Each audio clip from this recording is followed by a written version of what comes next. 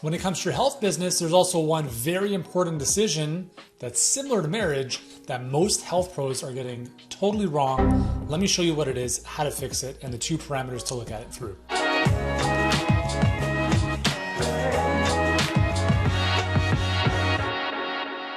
Hey guys, what's up? Yuri, Elkaim, CEO and founder of Healthpreneur. We help health professionals get clients and scale their businesses online.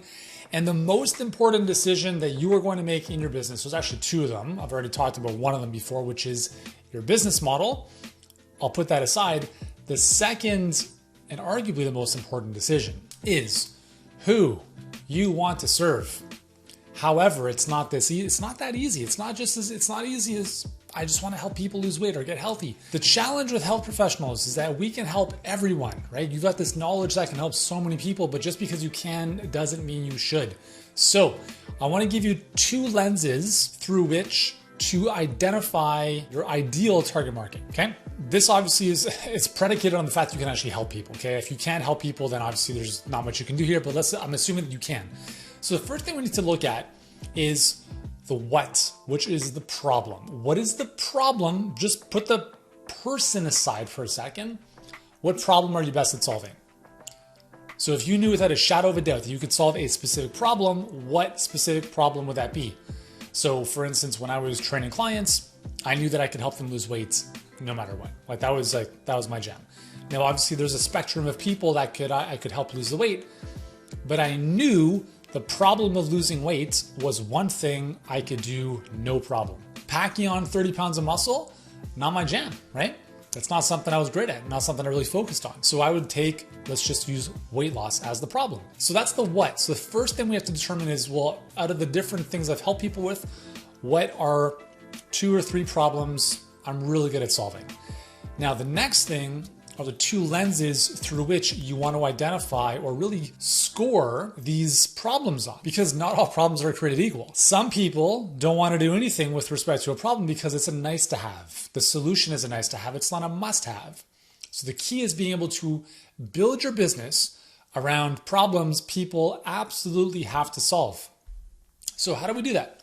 It's 2 things. We look at the severity and the persistence of the problem. So number 1 is severity. How intense is this problem? How urgent do I need to solve this? How much of a pain in the ass is this problem in my life? Now, the challenge with severity is that it's subjective.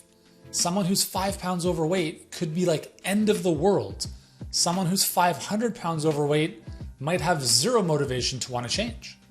So severity is very subjective, and that's going to tie into what we're going to talk about in a second. But first, you have to think about just, what do we think are the big issues, right? We know that migraines are more severe than tension headaches, right?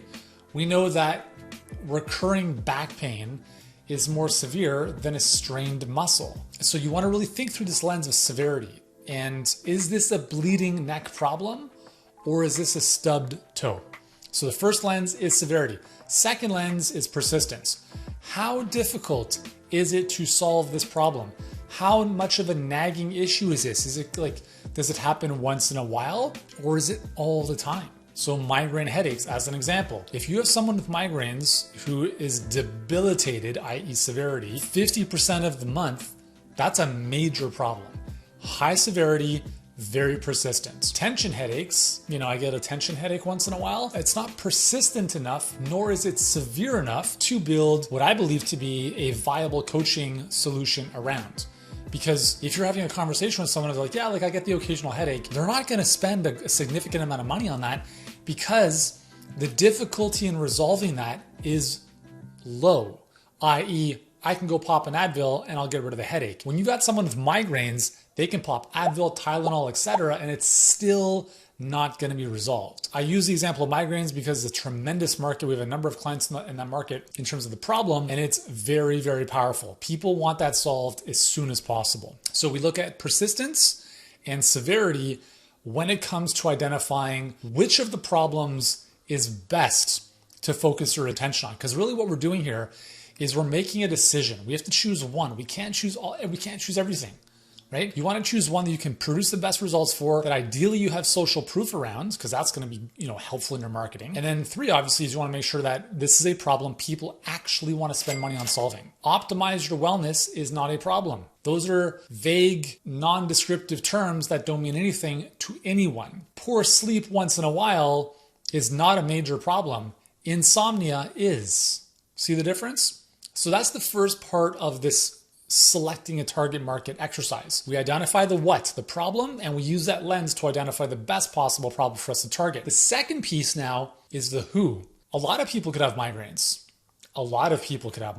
But what specific people do you want to work with? You've heard me talk about this before. I'm not the one who invented this. The riches are in the niches. The challenge of I help people with migraines is that many other people do as well. But as soon as you start to categorize the type of person with migraines, you automatically become like the uber specialist, not just the migraine specialist, but the specialist for specific groups of people. So it could be I help women with migraines specifically, right? That's not rocket science. It's just I help women instead of everyone. You could also say I help busy professionals who are debilitated by migraines. Now you could have someone else who does the exact same thing as you and they target anyone else other than busy professionals, at least in their marketing and their messaging.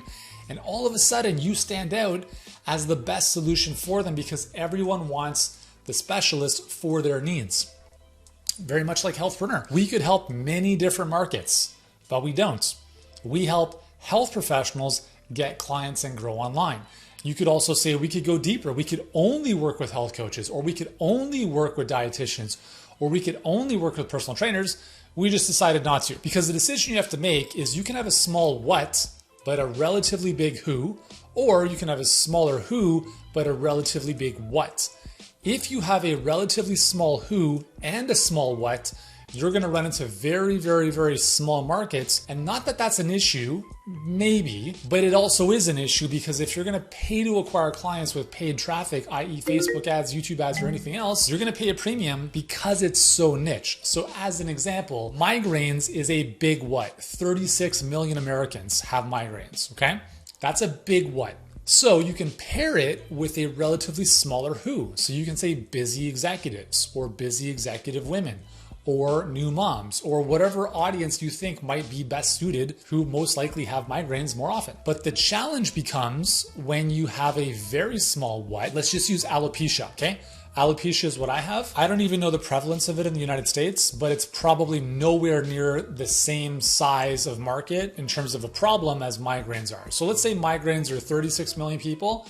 Let's say that alopecia is 1 million people. That's still a lot of people, okay? Now, if we have a small what like alopecia, then the who needs to be relatively large. I help people with alopecia.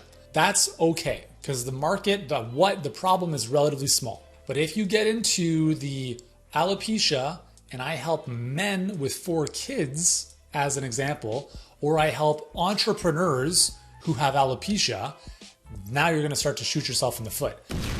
I'm not saying that's not going to work. It can work. And if you find those people, I mean, like, what are the chances that they would find you as the possible solution? It'd be amazing. But you put yourself in a really tight position of really trying to find those people.